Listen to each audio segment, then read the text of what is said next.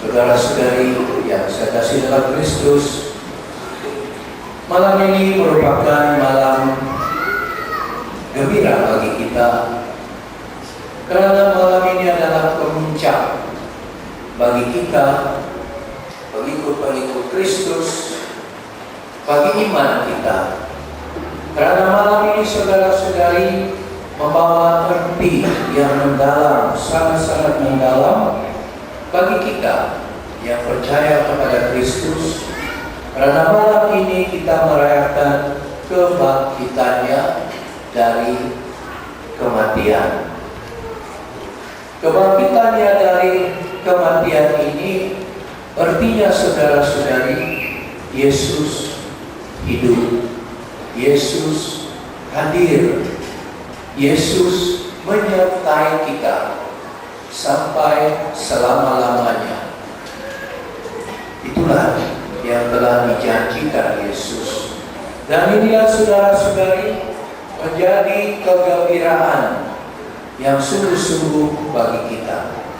Karena bangkitnya Kristus saudara-saudari berarti hidup kita ini walaupun mengalami banyak penderitaan mempunyai arti, karena Yesus sendiri telah mengalami penderitaan.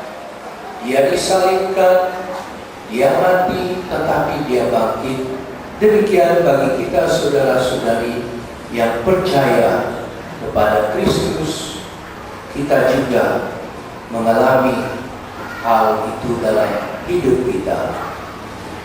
Nah, saudara-saudari, dalam kesempatan ini saya ingin mengingatkan kita semua, khususnya bagi kita yang sudah dibaptis, mungkin sudah lama, pada malam ini dan esok kita akan membaharui janji baptis kita. Mungkin sudah lama, mungkin kita tidak ingat lagi.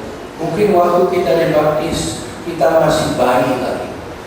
Tetapi malam ini saudara-saudari, dalam perayaan Paskah ini satu kesempatan yang baik sekali bagi kita untuk membaharui janji baptis kita.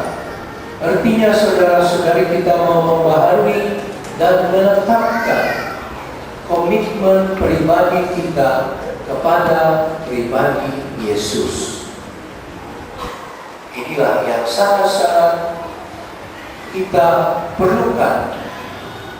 Nah, karena dalam perjalanan iman kita selama ini saudara-saudari, mungkin kita sudah lupa kepada janji, komitmen yang telah kita lakukan terhadap Yesus. Mungkin sudah lupa karena kita dipengaruhi oleh banyak pengaruh yang membawa kita melupai Tuhan, membelakangi Tuhan. Mungkin kita juga seperti yang berlaku pada Yesus dalam penderitaannya itu, di mana dia telah dijual oleh Judas.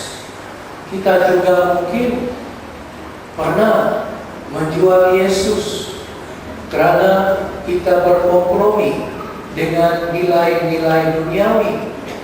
Demi nilai duniawi kita tinggalkan, kita gadaikan Yesus. Mungkin itu berlaku pada kita. Pada diri kita mungkin ada Judas juga, saudara-saudari. Juga saudara-saudari, mungkin kita seperti Petrus yang bermati-matian mengatakan, saya akan percaya walaupun mati.